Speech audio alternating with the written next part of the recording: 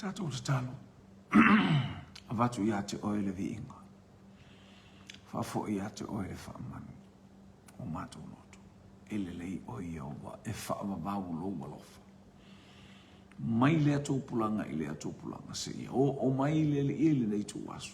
E tu mau ia te oe le viinga le whaamanu. Ma le alanga o le manu malo le leo viinga.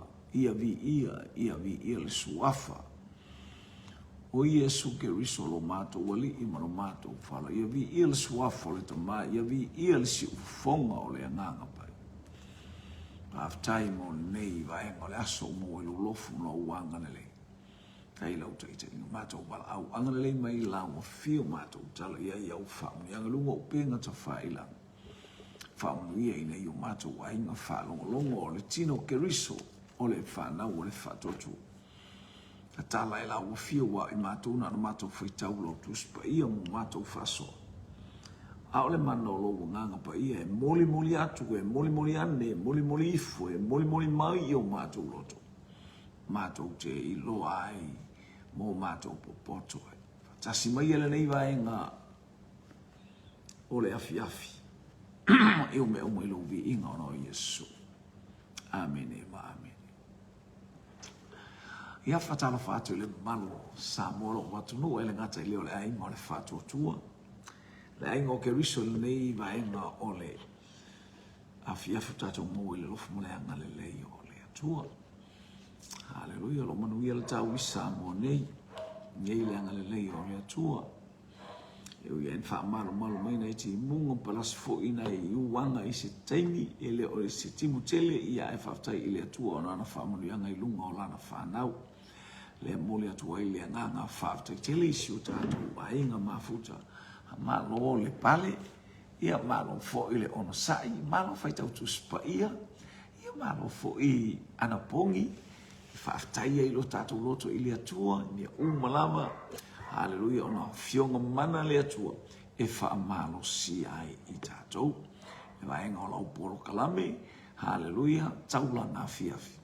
Ia whaamunu I atua I le atua, ele nei a fiafi, ia I le anga le lei o le atua.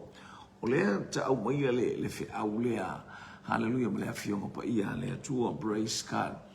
Haleluia, ia mwhatalo whatofo I le na io tātou wainga pila ala tulu tātou whaaso ele I whatalo whaine tātou inga malo le toa, malo le file mu, ia malo fwifo lau o lea e amata tulu tātou polo kalame ia olo, ia I leanga le lei o lea tua ele olo nei siona, haleluia, lo whaaso atua I tātou polo kalame, haleluia, e pei ona ia I lea taimi, ma lea taimi ia ole, I tu waso le taulanga afi, te tau langa le o linga o tatou loto umo o tiu te mawhaiva sa whawhianga iai.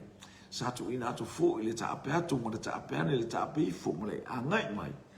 I lunga o ala tinga o ala whainga tā o le poto le lalolangi sa wala au le mano le toto o le tamai mamoe. Ina ia sauina ma ia anga le leile atua whasoa I mea umalawa ia le neia fiafi. Ia au ina atu lau poroka lame. Mai o mai tusi ia ke nese long ta upu e lua sumar fitu. A olo na fai upu e lua sifuru. Haleluia. Ke nese long ta upu e lua sumar fitu. Haleluia. A fai upu e lua sifuru tasi, lua sifuru lua. Ia le li e fai tawina wa pe ona fai mai ei leo ia isa ako ilo na tali lo watari ie. Pe fe ona e va ve maua. Pe fe ona e va ve maua. Ua ia fai atu. Ua au maia Io uluma e Yehova lo watua. Ona fai mai leo isa ako ia Yakobo. Lo watali ie so maia. Ina ia o tango ia te oe. Po oe lo u lava atali I o Esau. Pele ai. Haleluia. O so atu Yakobo ia Isaako lo na tama. Ona ia tango mai lea ia te ia. O fai mai. O le leo Yakobo. A o lima ia o Esau. O le leo o le leo ia o Iakopo. A o lima ia o Esau. Ia le atua. Ia o le foi jau e maua mai le auso e pe on tātou whalongo pea a. Pea on tātou iai, haleluia, ia fionga le atua ma le upu whasoa le atua i le oa ma le tamao a inga o le atua. Praise God. E whasoa nei, whasoa tae au, whasoa i teimi uma. E foua le afionga le atua. E leo se me whaia stangata, leo se upua stangata, ki ngā iukalinga, ki ngā whikalinga, i la kalama. Hallelujah. Fiu fo i, ua se kalinga, ki ngā kalinga, mai so o mai so, e whalongo le upua tangata ma le tino. A o le upua le atua, ma le afionga le atua, haleluia, o le pelu e whaatauma ai o na itu.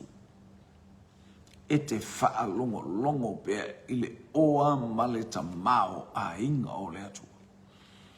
Whasoa mai le ataimi, ma lea itu aso. Tātou te ngāru e ei mo tātou fia.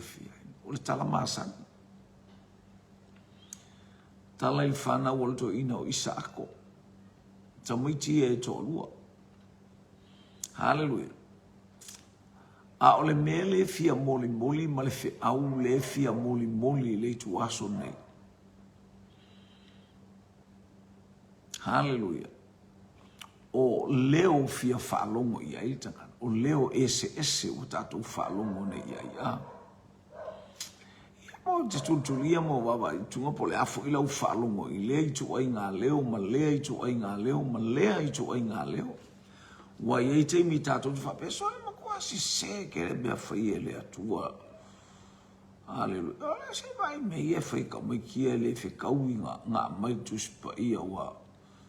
O le me le whai e le tinan me kongu le ka o le whaapiko. A kako wa ai foila i e le mea le ua whai e ka mai ki le e le kaunga whai e. Pia na whai lo e ngātio o apero amo malona tupunga o le mea na fola ina o le upu na mua fola e le atua nanga e atua i whiau o le atua. A o le tūla fono. Tele ni whapea tangata i o. O le sa whai mea le se ele ele o okipe o le ase mea o le fato a wina mai le tūla fono pe a ma le fase lau mo na tupu tausanga. Fato a o mai le tū la fono i lunga le maunga Sinai. Fase lau tausanga. I le wala au wina lama ia o Abraham. Hallelujah. Na au mai e le mea ta ua o le mea e fola. Ina lai fe mai le tusi a Galatia. O le mea na fola ina na mua mai e fato a au mai le tū la fono. E mua la balo ia mai ele atua me aile au mai ele tu la fono e taita i mai ai lona nu. Le tātou te whalongolongo i leo ese. Ma le tātou whalongo fo i le mānaia, hallelujah. Le tātou whalongo i le leo, hallelujah, e fina ngalo i le tu o mea uma e whai mai to tonu o le loto. Amene. O mea sau i to tonu o le loto, o mea matango fie lo lolo masua maria. Pena whai atu o le mafua anga o le angu o le tamai titilia. Le anga o mea uma tau le uru matua e ta tauna maua. E maua ele tamai titi, ai ese le matala. Pena tatou ilo le ave seino le uru matua.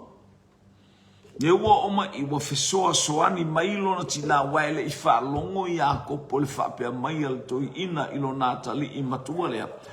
Alue au mai se manu au te aia pe au o tai au. Ona ou whaamanui atu le i ate oi. Ua lata na o woti. O le wailo e le fufine na ave i ai ele atua le whaalinga e lua nuu nai to tonu i ate oi. Ele ia bea ia Isaako. ai na ave le fafine le anga o le loto ale o le fine na tuu e le atua i tonu fa manu yanga e talia i ala panalo na tuangane malona tinai na ua fesili mai e te lua o ma le tamalo le matauria na tamalo le o Elisara le au auna Abraham na alu e su e maisto lua o Isaako ai ale talia le teine ina ua uma na ai a ina ua faile tala noanga ma Elisala fa maile te I fais tatou mea ai fa mai tamaloa o tele ai lava fa longo te ini o faile tamaloa le upule saula le lava le leo se ia tau watu la o fea tau watu le fea o suengo stolua lainga yoi le nganga o le atua I mea le ma mea silisili ese I le alwar ta manoa lea ma le sila le atua o se te au na ele I faa moe lo na poto po lo na iloa o le ala e tau I tamaseko haleluia po le ainga o Abraham o ma Isaako ele o le faa moe lea aya na si sila le atua I se wha maoni o iai a toa malona I lole le e iai le laso o tanga ma le tangata lea. O le fina ngalo leo le atua ia te I tātou. Fia si sila le atua I le loto leo o mafuta ia te oe. O mea uma fo I tātou te anga iai, o mea uma fo I tātou te whasolo anga iai, o lo o sila fofonga Iova. Na tūru ta māloa I lunga o le vai, na whai leo lana ta talo. O le whisota inga le atua ma le tangata, o le whisota inga le tangata ma le atua. I lea taimi e ala I la tātou ta talo. Whaafofonga le atua. O le taimi nei, wa tātou whisota I ma le atua, I la tātou ta talo e ala atu. I le na ia au mai le whaamanga longa tele mo I tātou. I le taimi ua tātou iei nei, o Iesu Keriso ngā whio mai, whataunu o mea umalafa. Ma Iesu au tele I sau e tatala. Aina o sau e whataunu, hallelujah. O tele I sau e tatala na o sau e whataunu. I ele ali. Ele ua tatalo o ta manoa. Fufonga o le li I o lo fetau fetulia e lunga ia te tātou. Sila I la ngona ta itasi. Wa umana tala no afi malita maloa. O tele ai se itaula ufe ai woka le mamau le ala na sauai. Mai mai lunga le la ale a fia hinu le na tapa ai. Ai le na fai e la na tatalo o le teine lava ai sau sao. Ele o se tangata nta ite ea mai. Aya, le anga o le tangata ua fata ita I e tau fa le anga. Le usavali mai le teine. Tama o te whainu e lo mana malama le tino. O lai whaita tau. Tama o te whainu ia te oe. O te abatu o te whainu ia uka mela pe e whina ngalo ai. I oe. O lai whaita tau. Fo mai o lai anu le tatalo. Ai o mai ma le tali o le tatalo. E le talinga o le tatalo a. E le o mamao le atua le te tatalo iai. O lo e tau wala au I le langi. No o oe. O lo o fio le atua I o tātou loto. O sila fia mea uma e te anga ia I le ulu fafo ma le ulu fale. A tātou ngai o inga taita sila fia e le atua. Amene. Amene. Praise God. Yeah. Le anga I mai leo le teine a le hallelujah le na sau le kamle fa mai matou te o silo ni ko te o mo se ato le ai matou wo io o so statement tau ui to ai la pana ui melon tinasi tau fai nisi polo kalame le malanga se to e malolo mo se fulu aso aya Italia e fono ale tali a replica il Italia ale au oma aisea ua faa au penga ina e lea nganga pe se tilo le ainga ile matautia ile ofo ngia hallelujah hallelujah a fai ele o mafau mamau ia ioma le atu ai le aso hallelujah e matua tilo iai maba ai la pana i le atua lea. Haleluia. Ua foi i lona tua fine au aunga e a matai au aunanga. Haleluia. Ia Yehova le atua o Israel, le atua o Abrahamu, le atua o Isaako, le atua o Jakob. Me umala i loa le fine i lana tama lea. Lea ua mafua ai o na tupu mai lo langona le leo lo fetalai. Mai ia te oi. Mana ia loa o leo ese. Ia e loa le leo o le tangata tau whaasese. Ia e loa le leo o le tangata whaafiafia. Ae leo o ia ile atoa. Haleluia, ia e loa le leo o le anganga pa ia ua fetalai mai ia te o le leo le pepelo o ai tu ai ngā leo ese. Haleluia, ia e loa ia leo uma. Ia leli. So vali atu te maa. So mai so tango atu. Tole. Ke ofo le na matatu le ta faitau. So na fa fe mo. Wale na usulta fa me fa fe na eva ve mo. Vai o le connecti, mai o le sau o le atu ai fa manu ia oil tangata. Fa longo ile vision. Fa longo ili si ufufonga o le nganga pa io. Ele i whainga taasi, tau i vinga le ta mamalontina. Ai, so le, e tau mele whape ilo, le ia le uta maa o ulu. Ese alo uso e sau. Aia, ese le mānei o le sota inga le ale whawhine malana ta masau.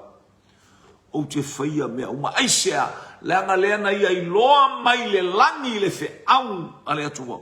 E lua nuu nai to tonu ia te oi. E lua nuku nai to tonu ia. Ma nei alo i loa. Haleluia. O leo ese ia i to tonu. Ia i loa tu ai ngata ia whanau mai ia te. O wano kako whangau ume kula i mai. Haleluia. E leo tātou whanau ume. Aia. E ambe lo tātou wa lofa. Haleluia. Ina ia iai leanga le leo lea tua. Praise God. Haleluia. Ina ia tātou whanau, tātou te vai atu, ina ia au mai o lātou loto i le nganga o le li, ma le tatalo ta mā, ia e alofa i le whanau. E ese le marolosia, ia e anga le lei mai, ma ia e pai mai ia te i lātou i lea taimi, ma lea taimi. Wha a upenga ina i lātou, i mea tau o lo malo, haleluia, ina ia iai le whamaruanga i so se tasi e whalongolongo. Maua lunga lovi inga lo mātou atua. Tina, o le awhi nau maile, la whapea maile uta mao. E ai nā lo ta pēnā, whai alo e tā ele whamanongi le lei. E lai saulo lai, ta batu ia te oe, ia walulo matua maile ofo. Ia ofo le tamale e sau ofo ai ia. Ofu ai tino wa tango mai lima o lima ale tango mai ai al falongon te malo sole ole le sangato haleluia sole ole le ka malo ole le o Jakob a tango tu le tino sole haleluia. Ele iai ni feasua inga. Ele iai ni si su inga. Rita mana whapea o la natala. O le tino e sau. O le leo ia. Kulo watari i e soso mai. Ina ia o tango ia te oe po o oe lo watali i o e sau. Pele ai. Ele ai as tau soso saya lewo kango yo lima ia ele ai se popole fa me pole pe o tilo atu tinai fa fo fa ta male u fa le tonu lana ba. Praise God. Ai te lo oi ua matua tango fo ile atu e fa mamao e se manu uma ia ma e sau a whaina i loa e sau se mea i eini aila po ani tu ai ngā manu tuli ngō fie Hallelujah po ye se oti po ye ni io e. Ai au maule me ua.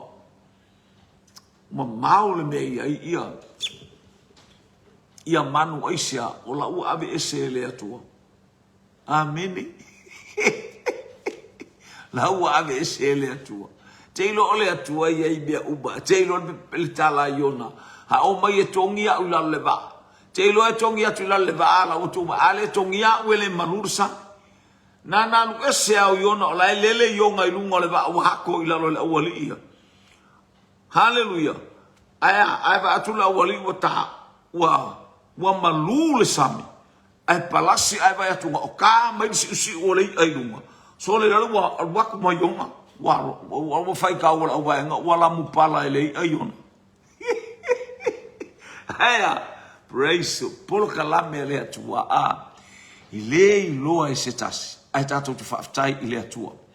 Hallelujah. Ole mana onga ia e loa se leo mata ngofie ma le leo se lua leo lai vai. Hallelujah. Praise God. Ole leo se ma le leo te whalonga tu oka le pepe, oka le sua malie, aya wa e loa tau whase. Wa e loa ole leo tau whase se. Praise God. Ole leo fasu susu. Ia tele tau leo na. Le mana onga le tau momolia e loa leo ese. Ni ia le li. Na iloa le tamanoa ole leo Jakopo. Ole tino e sau. Wa ame tele lo na mafau le tino. Wow, sole. Fafe. Ole leo e whainga tai ati e langa i ei teimi ese ma iele. E whai whainga saurukanga. Oi le po mai le po. Wala makari. Hello, isele bana ia. Leo wa sauta mai fa longolon ta. Ole leo Jakopo. Ole tino e sau. Fa fenko puleme. So soma isa ia ufa manui atu ia te oi. Samoa e tele leo ese o tato ufa longo ia. Tele foi leo se tau mo fai e fa se ia te i tato i lea taimi ma lea taimi. Tele foi la tau e langa ma ilunga ona o lo leo fa ilo atu. Ai ino sia lo leo tangata. Hallelujah. Praise God. You wa abele manuia. Ai sau e sau. Ele Italia al tamalo inisi Italia tele polea sole se fa fongo mai ina o sau e sau. Hallelujah. Ona fai mai ai lea o ia. Ia falong mai le luas furu male. Hallelujah. Ile luas umartolu. Wai ale loa o ia. Awa ua tau furfurua on lima. Pei o limo e saulo na uso. No fai mai ai lea o ia o oe ea o lo ulava atali o e sau. O na fai atu ai lea o ia o a ulava le nei vai ele se fefe. Ai sea. Langa le tautala fatasi male anganga o le atua. O le mea ua mana o le atua. Hallelujah. E ave ese. Te lona na o oe na mana o le atua e ave ese. Hallelujah. Le lei. Fai whaalei e le atua e tusia whaamasino le nuu o Israel. Ai na o oa ina leanga amio ave ese le atua au mai le nuu e whaapolonga. Umatu na whaapolonga le nuu, hallelujah, o le nuu leo, praise God. O Israel ai au mai le si vaenga le iei whaamasino o tineru, le iei whaamasino o Euta, iei le whaamasino o te pora, le e tofua aise a leanga ave ese le atua. Fia tausanga e ave whaapolonga. Ia leli. Ele mai e tātou ele atua tātou te tālo alo na tau tātou whana ule atua tātou te amio se whapelepele ai leo tātou pole ale nuko le atua na ino ao le atua to asa le atua. Hallelujah. Whai maila na tala le tala Jeremia i ai le aso o te o sia ai le whiangainga. malenu o Utah, malenu o Israel, le whiangainga o le whiangainga fau. Leo o tatou ia nei, this is a New Testament, this is a New Covenant, ua tatou soifua maolai. E le pei o le whiangainga no o ino ai. I le whanaunga Israel wa o mai ai kupito la le whiangainga le na whai le toto manu, toto le mamoe, o le ata o le maliu o Yesu Geriso. A le o si le whiangainga fau ma Israel ma Utah ma le lalo langi ato. I le toto le mamoe le pona o Yesu Geriso. Lona whaatau wina. Hallelujah. Ma le whaalia. Fulfill. Hallelujah. Whatever the Bible declares and what the Bible says about Jesus Christ. Vi ali. Itele ia. Tele tangata. Hallelujah. Tasi alau whalongo I lea leo. Le leo ino ia te oe. Ai te whaia e oe le mea sili. Ai te whaia e oe le mea matangofi na au mai e lea tua ia te oe e te whaatino ina. Ia lea li. Praise God. Mafuanga fo ili nao le whaamanuia an tamaloa. Hallelujah o Iakopo ina o le ahoti ai whaamanuia lana whanau. Nei amatu hawhetu uina, hallelujah, le ai o se mea e maua e lana uru matua o reo pena. Lo natali ilo na lua, ma lo natali ilo na tolu. Na le maua se whaamanuianga. Hallelujah. Au whaalongolongo au tala noa mailo lato tama. Hallelujah, leanga o le leo le ola. A o leo tangata ia aua ne ita ina ai o e langa e tele tai me whapea mai ai le tangata o lau whanau I se mea. Aua e talia le mea le aua manao I ailo roto ma lau mafau le mea le umanao ai. A o se mea se. Ni aua e manao e whata vale ai lunga le afoi. Hallelujah, uina ilo e se ala wahalu ai a. Ai hale kalesia. E foi te me te wharonga lau te a kono I lau wa o matu wa se ale me aia langa e te va ai I ai ma e te tilo ai ai e fia mai o e lau wa o le fia tino na e oli lea ma e fia I ai a oro woti na Nanga le leo se o leo e se te whalongo I ai ma e talia ma e fia I ai o le leo ia vi iai o e lau whanau, ia vi iai o e lau ti akono, ia vi iai o e lau aia, tu a se wa e lole leile mea lai whai mai, a se le mea lewe. Hallelujah. A o alu tamalo o pala amo ina ua atu tangata ia te ia sau e whetuu Israelu tala ua awina mai e le tupu o Moapi. Le wheau ia te ia ua mai tangata e to alua. Ai whamaile ingoa lea. Se o te whisili lea tua. O na alu le whisili lea tua, mai lea tua, au e te alu o le nu unai o meua umana o whaamanuia, ele mwhainga ka whiku ua e sika ngaka. O le nu ua umana o whaamanuia I ai. O na ole ua o maletala. Ai vai e tunga wato e o mai maisi tangata e to telo tangata la I o tangata e maluali. La wale le loa le leia o le mea lai e le oa ma le tamau a inga. Wa ese le wha mamalunga le wa au mai mo ia. O le fisili fo ise I alu e fisili le tua ka e fisili so o le pelo fekali. Tai fisili so o le pelo fetari. A o tangata ai e o tasi al me leo mai ai. E lato e fetu le nu. That is the only message they come up here. They came to him. Se ia walu e fisili le atua, fisili so o le atua. Mea na i tātou al whatua e whamai te fisili le atua. Te le malama le si ufonga o le atua. So se taimia te whalonga le si ufonga le atua. O a mea koe ui mai, o le te lua mafuta ma le atua. Tātou te mafuta ma le atua I taimi uma. E ala I lea nganga pa ia. E le whamai se fisili le atua, se o sole. Ki ngā karinga I ka ngaka fa mai fisili so o I le atua, au mai se fisili le atua. Se fisili le atua. Stue alo e alo. Alo e o male vaenga la. Te al meu te whai atu I ate oe, ne whai ale. Whai nā le meu te whai atu I ate oe, ai alo e alo. Ala wai lo le ale leo le u whaalongo I e. Ua whaalongo I le leo le tupe, ua whaalongo I le leo le a. O le mata pea pea. O le mana onga lea na ilona loto ia mau oa ia ta mau ainga a ua ia whaangalo ai le si ufofonga o le atua na ta ua ai o le perofeta a le atua. Na ua watu. Hallelujah.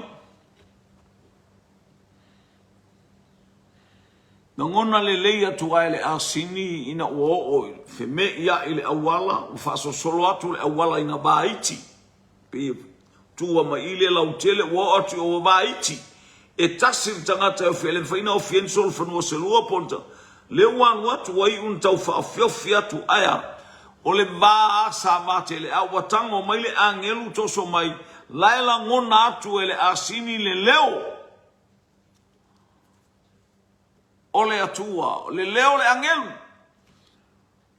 E lau ki pia le ulu o lau kamare. E lofa tele I ai vai le lofa. Aisea, wha longa I le leo. O le leo le oti, ua alanga ina e le angelu lau. Fasiokia, dou matai. Se le mana I o se au na lofa, ma se au na wha maoni e tautua matamela. Tautua no fatua mai. Tautua toto, o le tautua toto le ua e I. Aisea, la alu e se le ulu o lon matai. Whaalongo I le te ngama mea ua sasa. Wai una whaapalasi lalo aisea so stoe la I titi sana la sanga. O tilo, ai le o iloa. A o lena te whaalongo ina le leo toto mai a iso o kipia leu. Koko mai a I oe, ua lofa, aisea, e le ai se fefe I le alofa. O re tangata le mea le tati e lo, le ke iloa le kala, le la kalango ai. Hallelujah. O le leo, ua tele ina wha manua ina ai. Hallelujah. Tātou le au whainga luenga, tā ona le whaife au, o le kala le whaife au. La e tau le leima ia le fionga le tu le fai au no ese longa winga e ka fai au aro ka o langa o mu o le o langa fa me Sopotamia na o ita o na le ngoar fai au le ka ke o maka u a o ka o langa e o langa mafu e o langa pa e o langa e le aiso talo to fa mangalo le aiso talo na le hallelujah ngal pau ar mele ngau fia o mo api sei fa pale ina ia se au mai le oa se au mai ta mau ainga fia tangata au na ile atua o la fa pea le ai so popole ile kalesia le ai so popole me uma wo bala au ile atua ia to I lunga o la nga luenga o e fai nga luenga tele tangata lai hoi ia te oi hallelujah te ti e lunga o asini hallelujah masasa Sasa ta lofa. Ile tautua toto. Lele ua palasi ifo ilalo le asin. Ai oso e selta maloa ma le asin. Ana iai se pelu. Ana iai se pelu wai ma ai e wo fasi matea oe. Se mea ina ua whaalongo I le leo. Whaalongo I le leo o le alofa. Male au na tautua nofo tua mai. E ringa o kala ngofo I baka o ngi au ngā leo tue mo watu le au na a. E whapea e la ua mio I atu. E skola moku. Ko! Watei. E whapea e la ua mio. Le whapea la I e whaloksore nganga meroka ngaka. Ita malo. O lau asili ane e te alu e te mi uma. Ai sea o lou alofa I te oe. Fumakangi mele asi.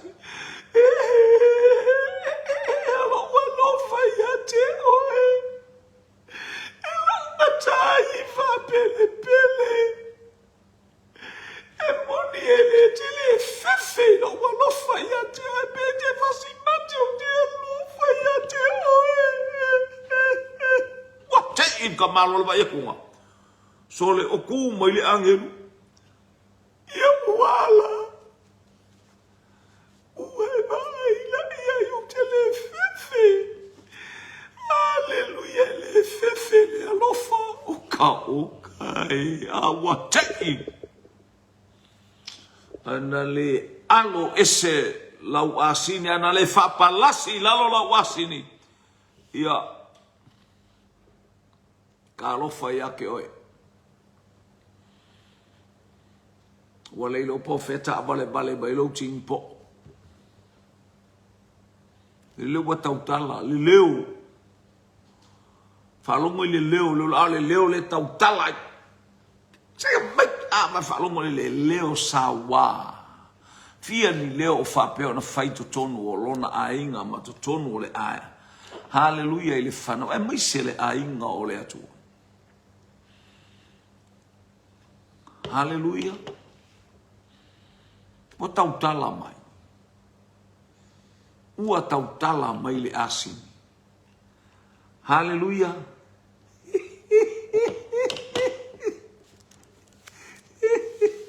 Hallelujah. Ese a mai le leo fo ia.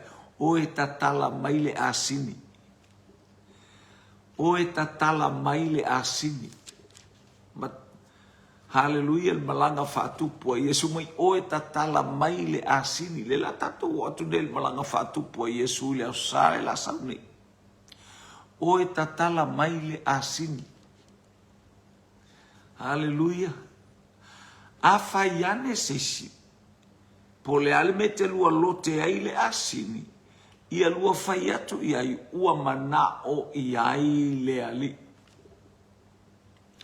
Ua mana o iai le ali. O ai le ali i le mana o le asini. O le ao le ekalesia. O le alo o le atua. Praise God. Hallelujah. O le vainga tangata matangata umakua i makanga. O le kupu leo yutai. O le mafaufonga leo yutai.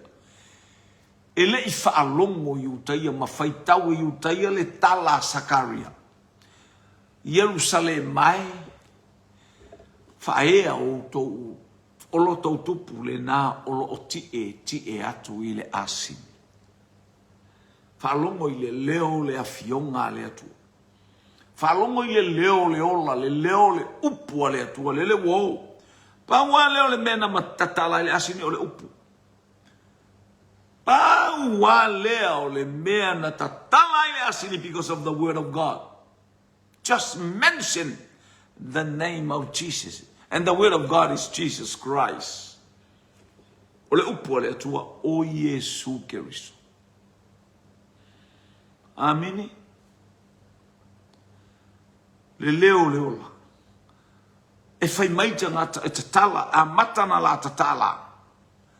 E fai maita, olea. Kwa mule mafufulema. Ua manao, the only word, ua manao I ailele. The master needs the donkey. Hallelujah. Ua manao, na le paua le upu te lua ta ua. E fieni au upu o tatala ise, o se asini kele au launga, ma ulaunga, kako ulaunga. Aele o matala se asini ya tato ulaunga. Fieni asini o, no noa yu tafatafa, fieni asini o polonga yu tafatafa, aole na e teo soa ilunga masasa. Lelo fai bele asini, ola wasiki ki. Hallelujah. Hallelujah. O le leo I Jakopo. O le tino Esau. Te ilo le leo e te ilo ai mea uma. Te whaalongo ai mea uma. Hallelujah. Whaola I nai oe. O le leo I ai le ola.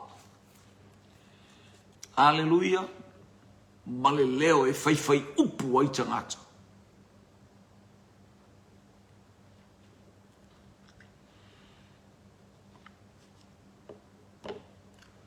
E whai atu le tala I Iosefa.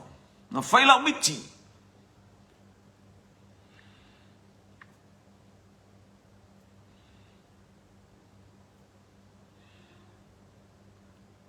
O tau fusi saito. Sa tatou fusia saito i le whanua. O a tau fusi saito.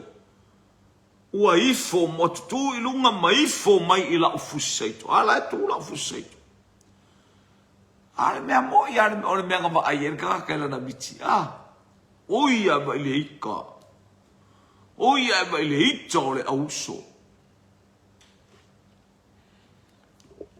Haleluia. O le va inga mua le na. O a tau fusi saito. Ua tutu i lunga. Ma ifo mai i lau fusi saito. Haleluia. Haleluia. Le upua le atua le leo whalonga a wa vea ma leo e ili tata ai. Wa vea ma leo e ti ngā ai. Wa vea ma leo e tau wemu ai. Wa vea ma leo e whaamisa misa ai. E tu lai mai ai whai mai le matau le waltala le atua na whai aka ino.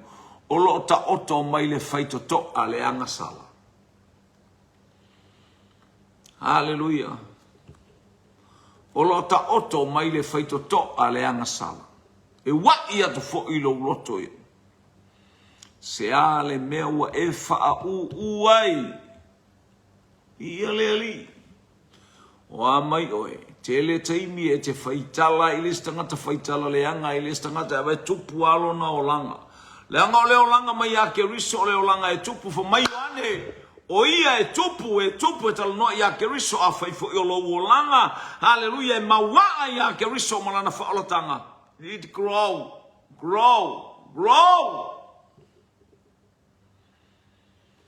Hallelujah.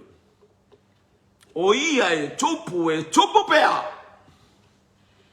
A o a unei e ta wau nei titi. O le tangata ia, o le tino ia e alu ilalo.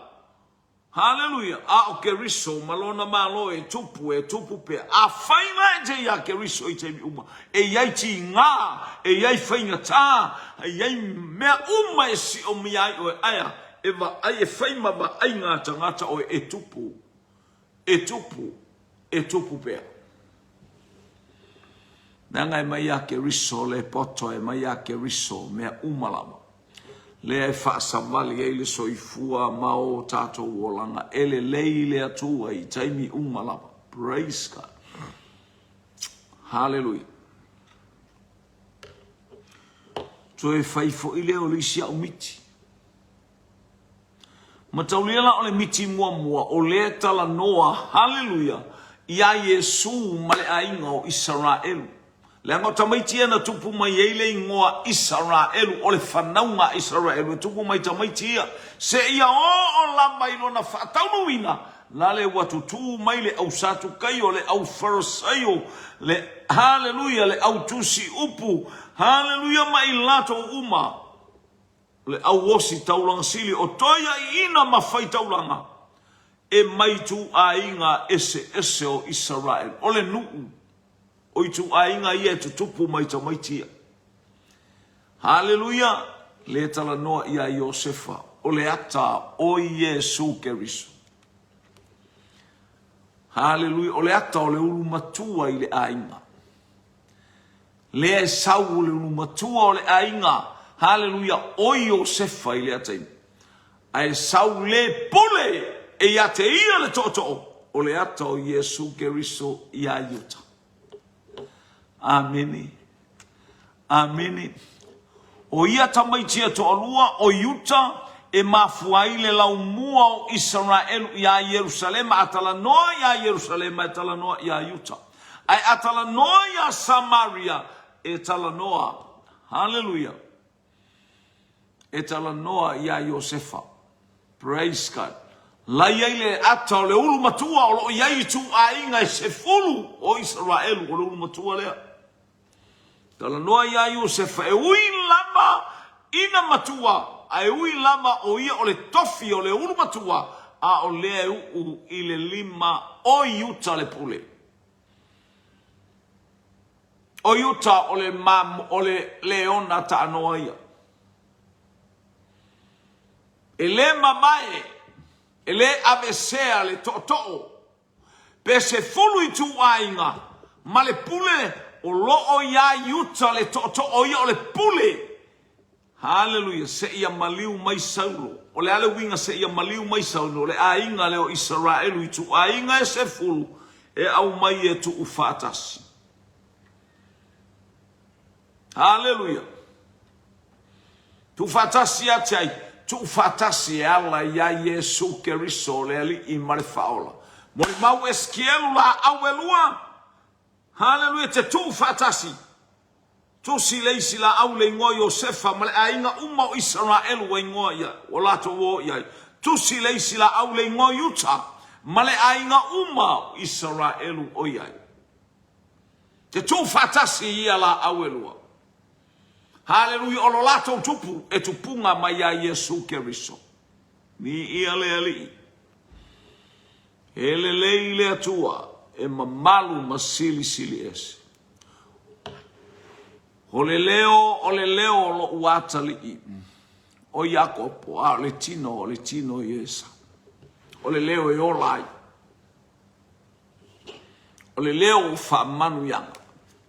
E tau mawhaiana le anga e tineia le leo isi, leo se, leo whafolinga, he ali mai lea taimi.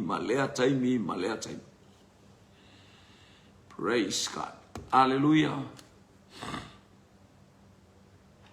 Ia le ali. Ele isi siole o tamaitia na tupu se o langa le. Daisia na whaalongo i ai le tama i o lato leo ele oni leo le leo le tama leo o reupena. O le leo le tangata ele popoi. To e alu i to lua o lona tama. Leo Simeona ma le leo Levi o le leo tangata whaave vesi. A o Levi le ana ave uma ia ime ale nu tatou whaalongo i le whainga ele atua mo tatou tilo ele au matale atua e ave ese le tangata. Hallelujah. Ana ave uma iai le tamao a inga o le atua whamai ele aistou whanua i le nu. Aya a o au o lo tau whanua o mea umai au mai ele nu mo au o mea ia e batu mo utua ai wa papa tala anga i le sale vi o le makua mio makanga. Iti oa o le mea lena tupu ele aise mea. Hallelujah.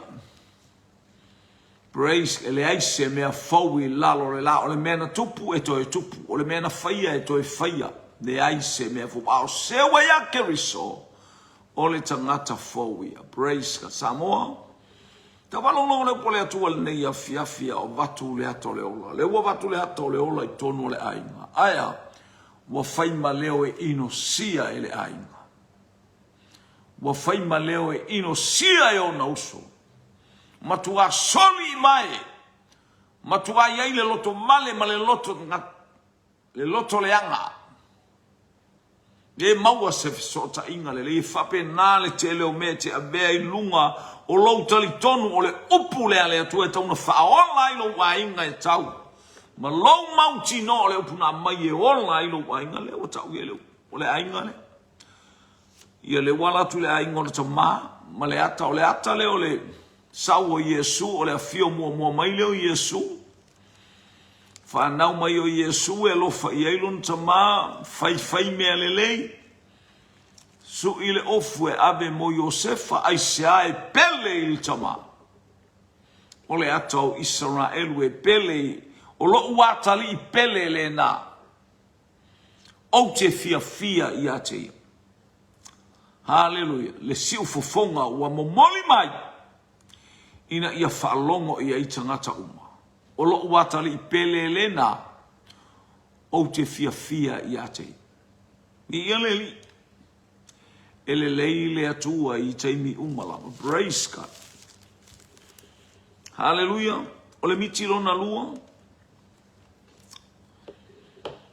O le miti ile lama le masina. Mafetu o le langi. Hallelujah. Le ua tau atu fo. Le ua tau tala atu e abatu. Ia yaso. Praise God. Pero fama Yesu au ina si tia le atali o tangata mafata unu ina me uma. Haleluia. E le mawhai o nau tau tau waso tau te tilo ia me uma. E whapenale a uso. O le ato le sau whaalua o Keriso. O le afio whaalua mai o Keriso. Hallelujah. Praise God. A wale e kalesia lona nuu. Tuona mai lunga. Hallelujah. O le maunga o olive. Hallelujah. Babae le maunga. Praise God. Mea ia whai malaftanga o le nuu. A o tau le taua. Ni ia le ali. Ele lei le atua. E ta te whalongo atu I tala mai no ma maufa mai ua ma lepele. Le whaita toa le ia le yaso tatali tonanga o le tele o tala mai no ma mau. O tala le anga. Tele o tala ia au mai nei lunga o tala pepelo. E tumu I tala pepelo. Aisea ua lato tilo I le wha maoni ma le wha taunu uina. Hallelujah o mea tonu umalama. E pei ona fola ina e Keriso. Praise God. Ia leli.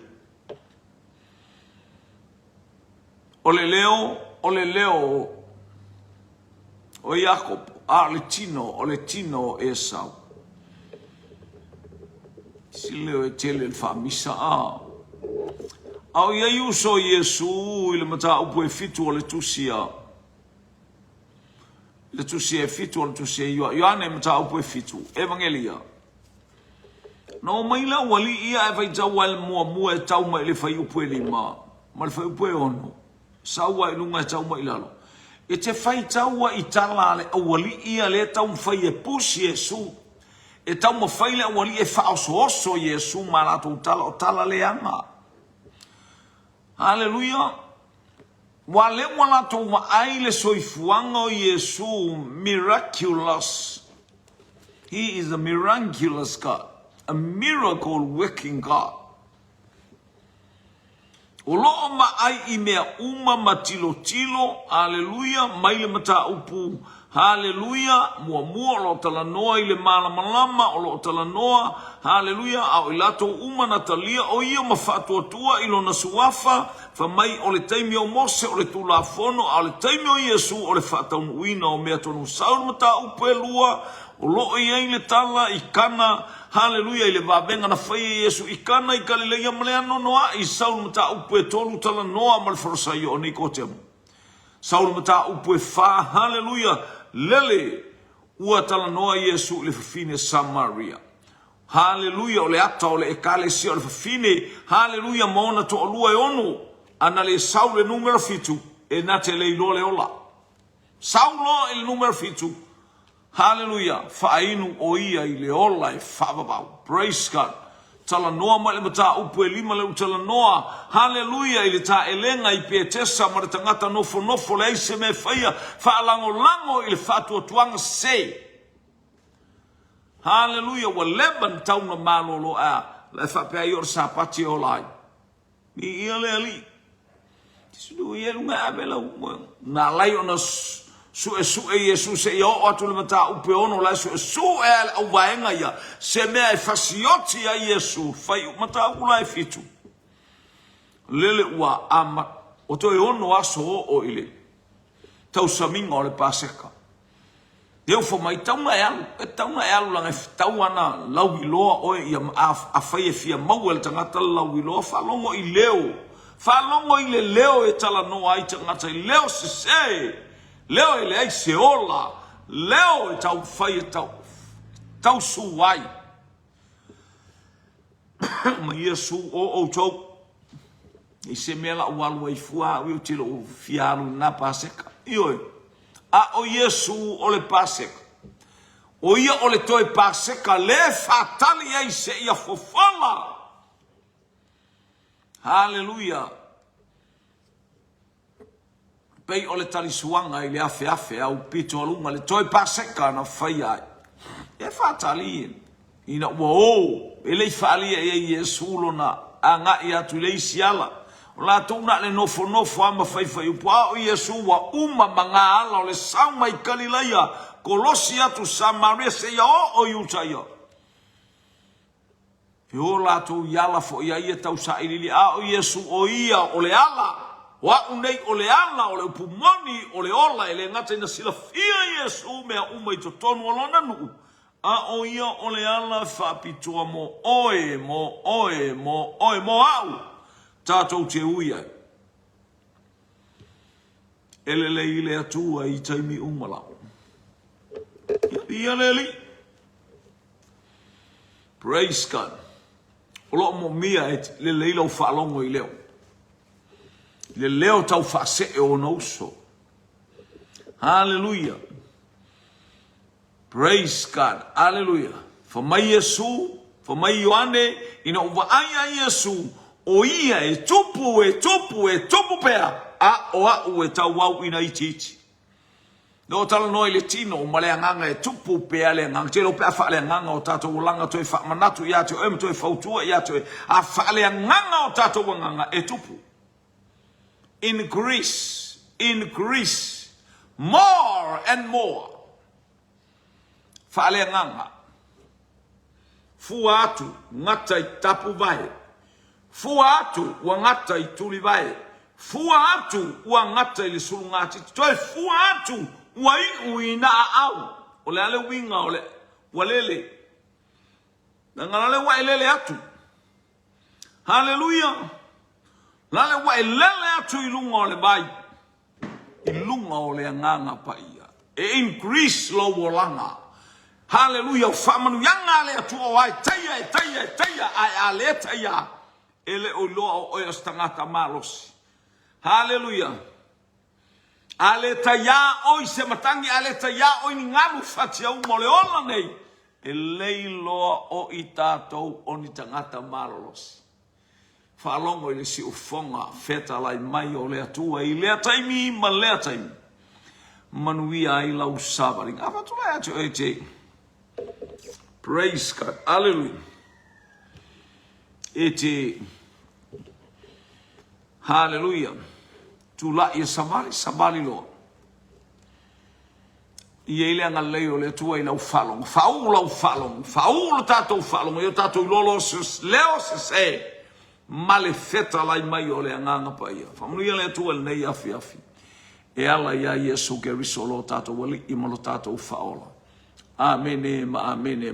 To God be the glory forever and ever. Amen.